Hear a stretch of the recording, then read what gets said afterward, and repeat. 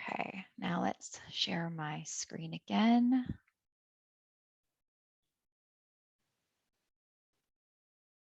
If it will let me do it. You guys can't see my screen, can you? No. Okay, give me one Nope. sec. We did get a notification that we're being recorded. Yeah, perfect.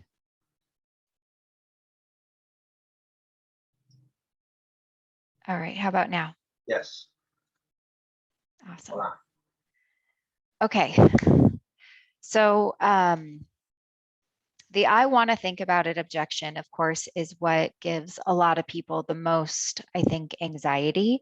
And the reason we're getting, right, the I want to think about it objection is really the person just at the end of the day, most of the time, hasn't seen enough value from your presentation in order to feel confident about moving forward right now. We are not going to dissect the presentation and talk about how to create more value in order to avoid the I want to think about it objection, because that's really where the bread and butter of that is even coming from. I'm actually going to give you specific things and additional ideas to say about when you get the I want to think about it objection, and then I'll email these slides out to everyone when we're done. And this should be a relatively quick training. I do, as always, want to keep it interactive. So if anybody has any questions at any time, you can definitely feel free to jump in. But I think that this will probably be helpful for people that are feeling like I just need other things to say, right? I need other tools in my toolbox, and I need to feel more confident about what to say when someone says, I want to think about it. Would that be true for you guys? Yes, and that comes in many forms, like I want to talk to my grandson or whatever, or that I want to think about it. It's not just that one. There's many like that come under the same heading, I think. Of course. Okay, so the first one, there we go. Of course you want to think about it, right? Every single objection that you're going to see in these slides is always going to acknowledge and agree, right? If I can ever sound like a broken record, I'm always going to be saying acknowledge and agree and be very relaxed about it, right? If you start feeling a little bit unsure and respond without confidence, it's going to make them feel like their decision to think about it is valid. So of course you want to think about it. Most people that I work with feel exactly the same way. This is a really big decision. Just out of curiosity, Mary, what was it that you needed to think about the most? And that's just a way for you to be able to get them to keep talking, right? And try to identify exactly what people need to think about the most. And hold on one second, guys. I have to figure out how to let somebody in the waiting room while I'm doing this. Let me see if this will let me. I don't think it will.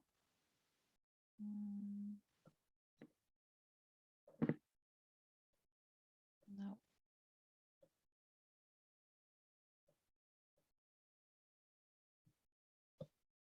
Darn. Oh, there we go. Perfect. Okay. Number 2. Again, we're agreeing just in a slightly different way. And I'm giving you multiple flavors of this so that you can figure out what feels the most comfortable for you. But I use a variety of these depending on who I'm talking to and how the conversation's going. So it would be absolutely, needing to think about thinking about this is very common. Again, this is a big decision, right? You want to validate their need to want to think about it. And then just very casually, do you think you'll need just a couple of days or more like a couple of weeks to think about it? And I've said this one before, but anyone that's sold policies on this call, tell me why we're asking that question. Well, Anyone who's sold a policy on this oh, call. my bad. I sold lots of policies over here. Anyone else besides Victor? Because they don't have to pay today. We can set it out so that their policy starts later on. Yeah, we're kind of boxing them in, right? So you can also use this second objection after the first objection that I have here. You know, out of curiosity, what was it that you needed to think about the most? And that will allow you to kind of dig a little deeper, peel that onion back, talk about what maybe their biggest concern is. Hopefully they tell you it's the price. You can go back to that and address that.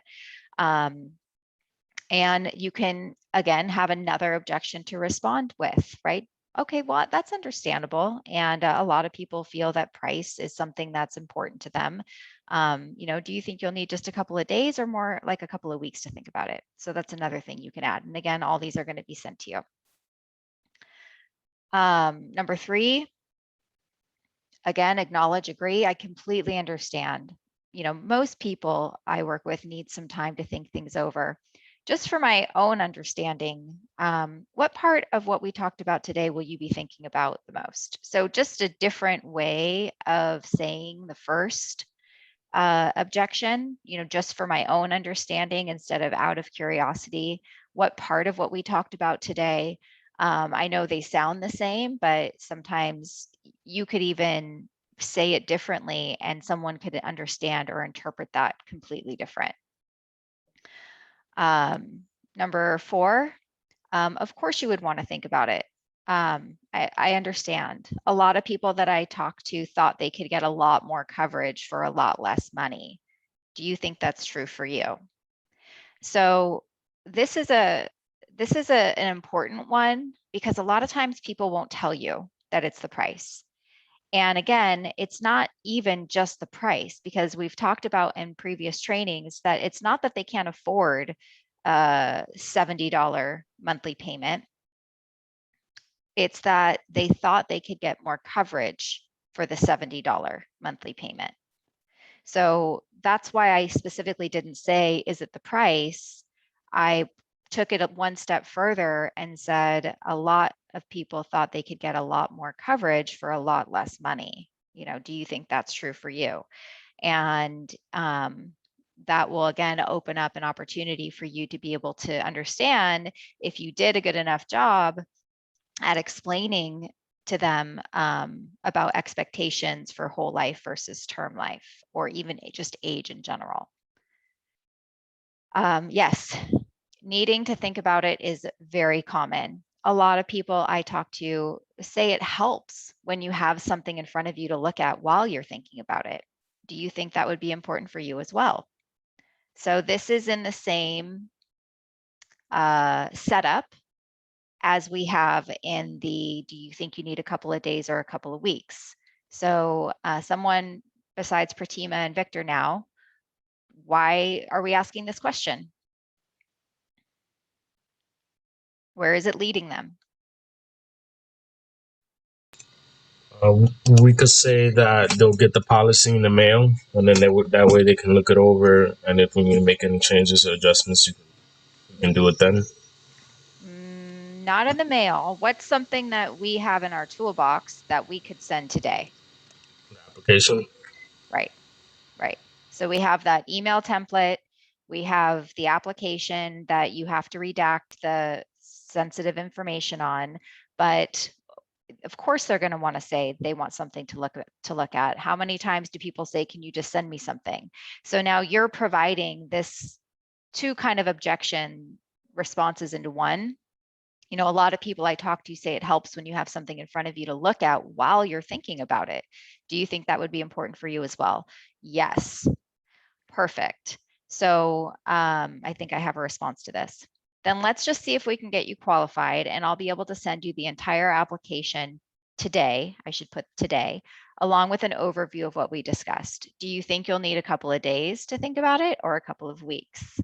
Right? So we're being very nonchalant, trying to see, you know, what the bluff is, still pushing them through, giving them the control, and not kind of making it about us, right?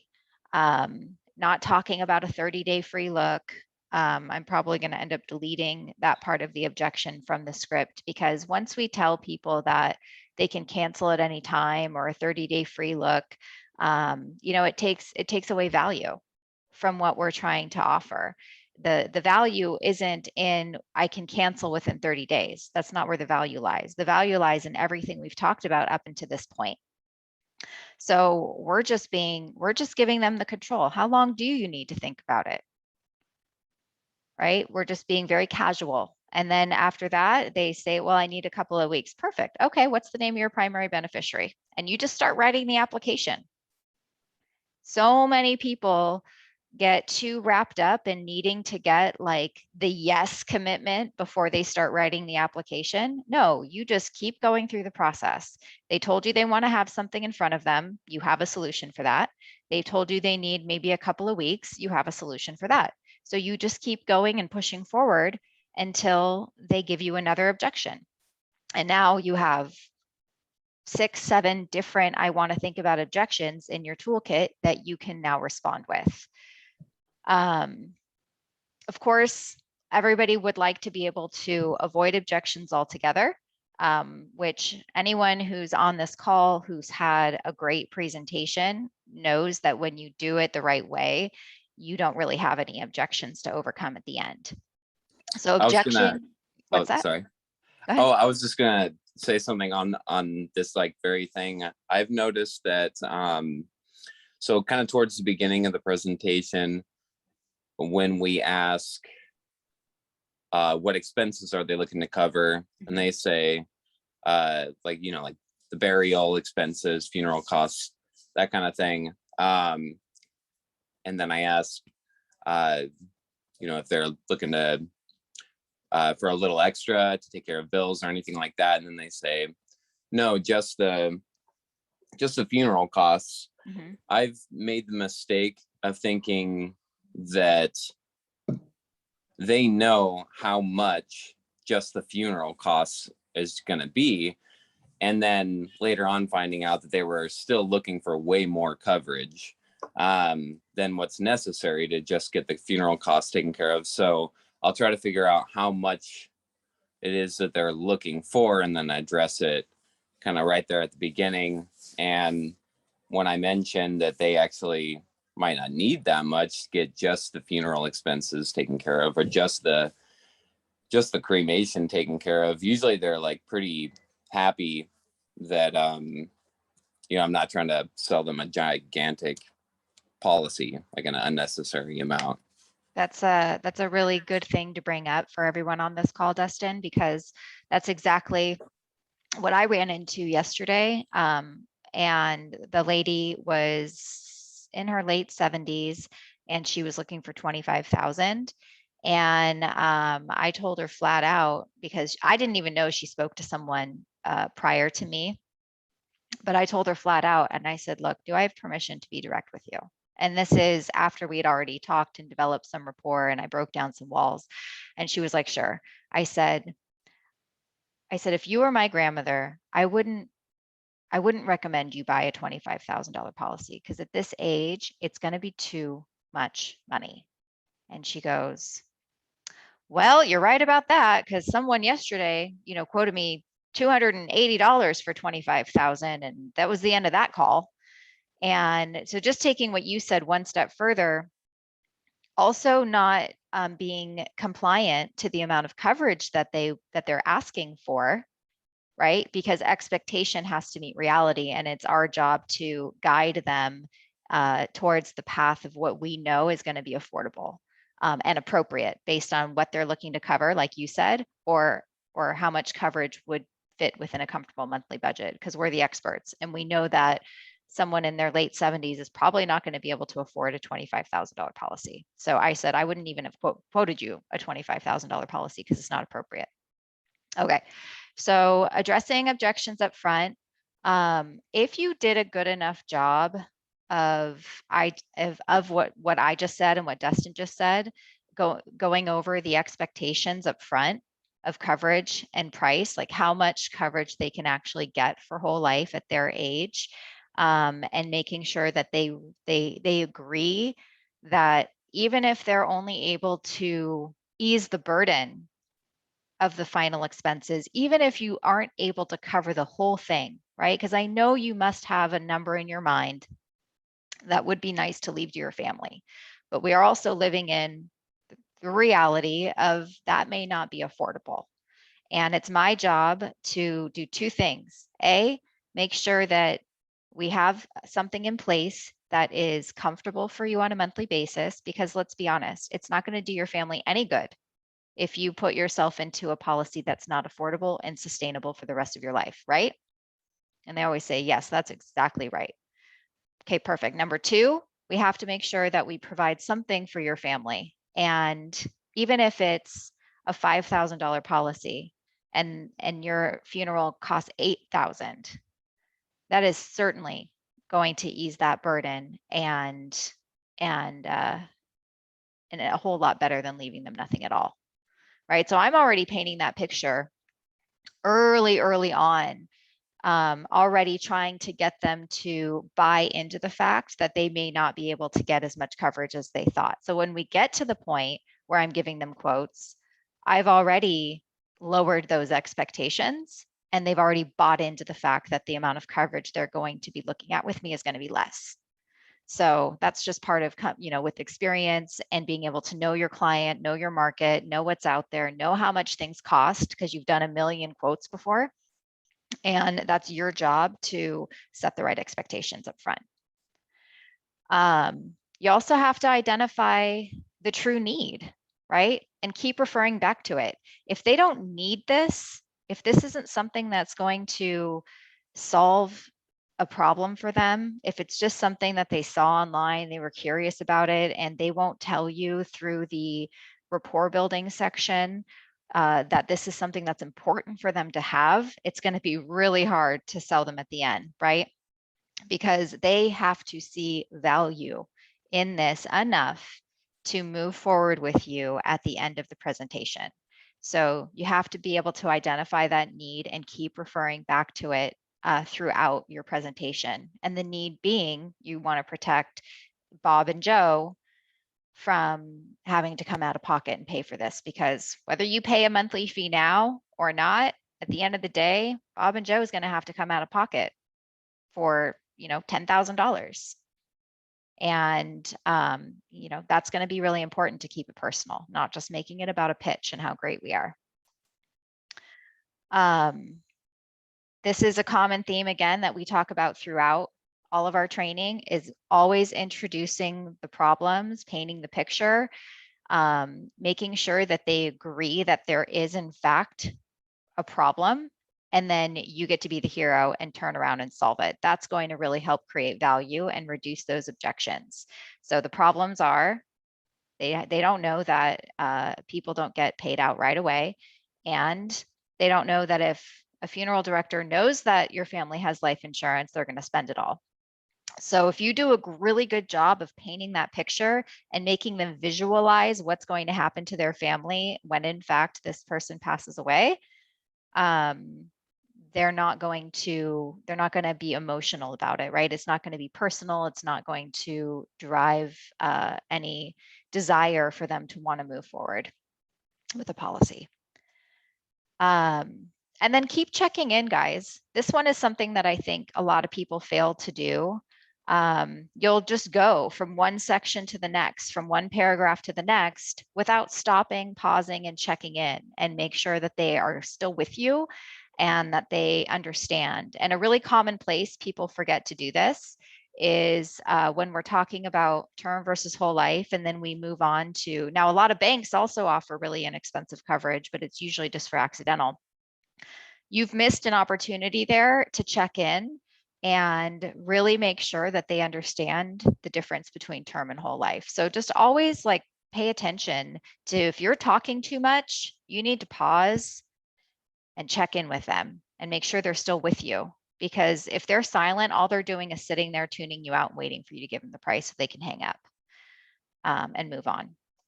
Hannah, can I say Yeah. something really quick Sure. on so I've noticed, because in a couple trainings back, you were talking about asking them, more about what they understand versus term versus whole. And then at the end, a great way to check in with them about them really understanding the difference is asking them, so does term insurance sound like something that would work for you?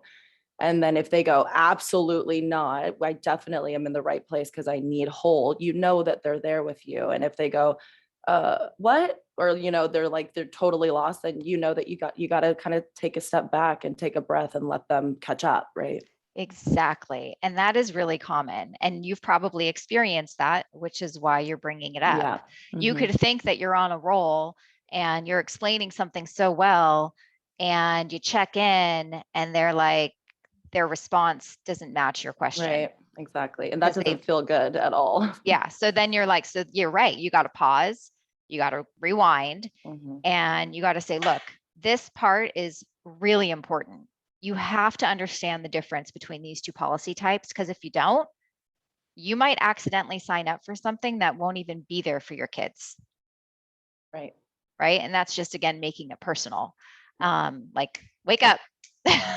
You know, we're here Yeah, to educate exactly. you and make sure that you get into something that is the whole reason why you're doing this in the first place. Yeah.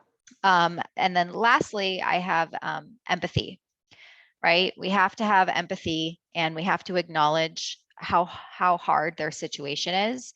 Empathy for, you know, really having that desire to put something in place. Empathy for maybe they recently lost someone. Empathy for that they're on a fixed income, and we know that they're not just looking to make another monthly payment, that it's important to them to leave something, you know, behind for their family, and acknowledging it. Like, I understand this is not a fun conversation for you.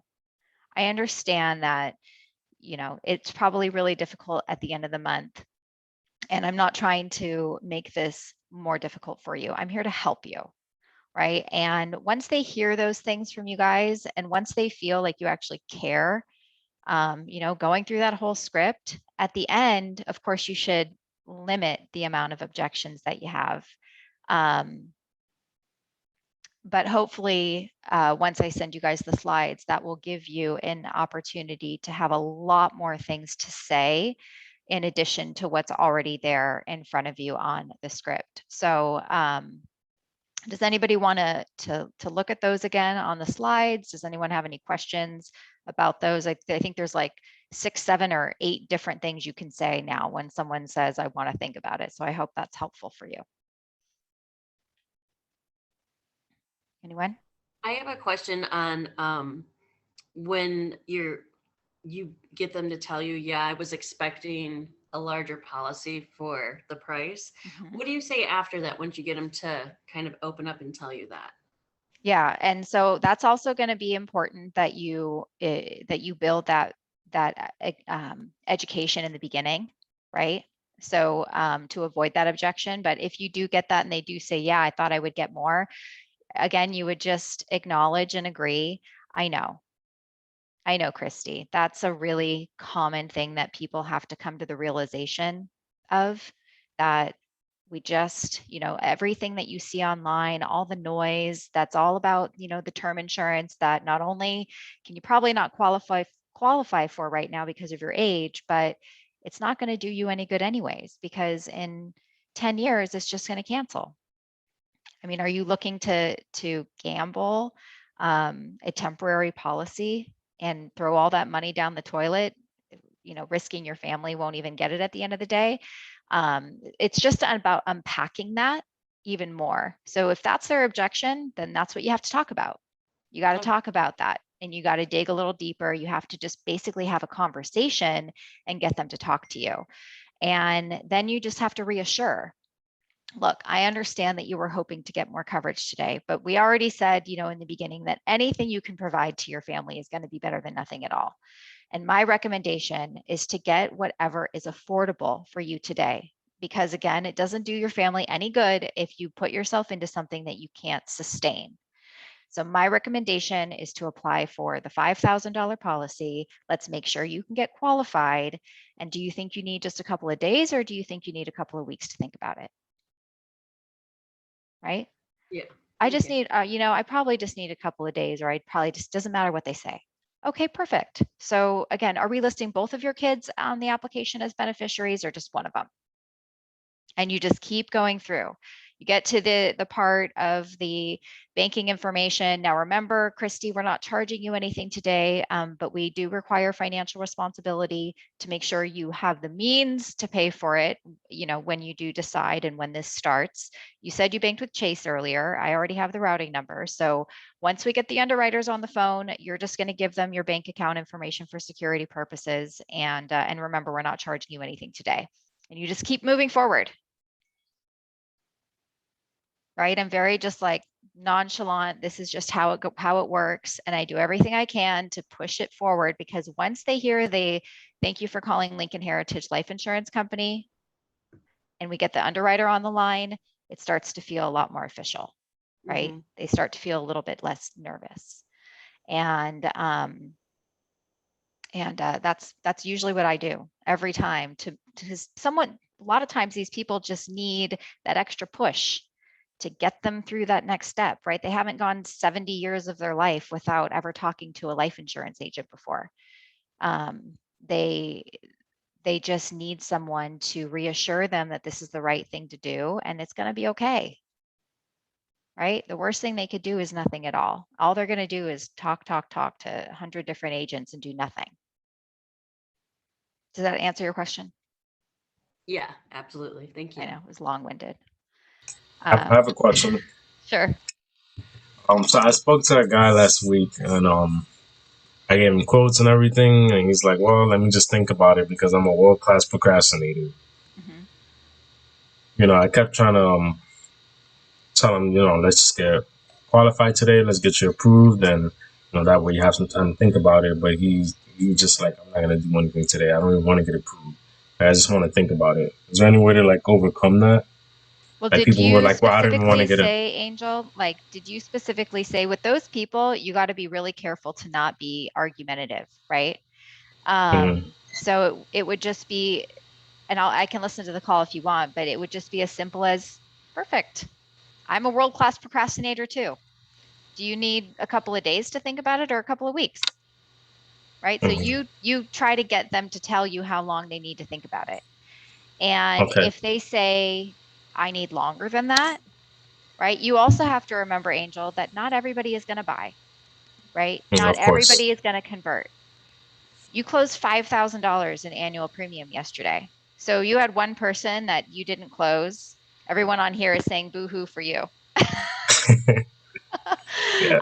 And we're all just trying to get better than we were yesterday. And so for you, I would just probably do a little bit less talking on that part and just say, Mhm. how long, in fact, do you need to think about it, right? Do you just need a couple of days or a couple of weeks? Perfect. So, and then you just keep moving forward. They give you another objection. And the objection I would use in the training, if I look at the slides right now, is the one where I said, where is it? A lot of people I talk to, say it helps to have something in front of you or in writing while you're thinking about it. Is that something that would be important for you? Right. And so those two things, would be what I would use. And if they don't want to get qualified, there's only so many things you can say. There's only so many tools that you have. But the worst thing you could do is not try anything at all. Right. Yeah. So I think some of the ones that I already listed today in the training will be helpful for you to use. And because it's just very casual. They're just very casual, non-salesy responses. Okay, I agree. Thank you. Anyone else? Yeah. Hey, Dana, it's Carlos. Hey. So now what I've told some clients is, we are giving you 30 days to think about it. And is this a good approach, saying you have 30 days. If you don't like it, you can call back and cancel at any time. No, I No. never, ever, ever, ever, ever, ever say the word cancel. Okay. That's a negative, right? But Because I also interject the positive, saying, if you like it, which I feel you will, then you don't have to do anything. You've already applied, you don't have to reapply. You're already set. Instead of saying cancel, I would say the word changes, right? So if that's something that feels comfortable for you, I would say, you know, let's apply to make sure that you get qualified. And then I'll have something to send over to you so you can have some time to look at it. And then if before, you know, anything starts, if you want to make changes, you can just call me and we can take care of that for you before anything goes into effect. I would use the word changes, not cancel. Got it. Because if you say cancel, that's inferring that there's no value in what we're offering. There's no reason why someone would want to cancel. You said we can send out an email along with that PDF of the actual contract. Where's that email that we send out? I'll do that on a one-off with you after the call. Okay. But yeah, that was in the initial onboarding training. Okay, thank you. Does anybody else not know what I'm talking about when I say email? Yeah, I'm not familiar either. I'm not either. Who said that? Dustin and Christy Yeah. Christy. Portillo. Okay. Thank I'll you. just tell you, Mila, sorry, Dana, I also didn't hear anything about that in the training. And so I'm wondering, since it's kind of a consistent thing, maybe I'm wondering if it's actually in there or not. It's not in the training. Oh, okay. It's in the initial, like, attend the Monday sales meeting, and afterwards we're going to talk about Okay. some things that weren't in the training. And so that day is a big day for a lot of people. There's, you Yeah, know, just trying so to put it all much. together. I'm actually going to end this recording now, so that way we keep it relevant. So hold on one sec.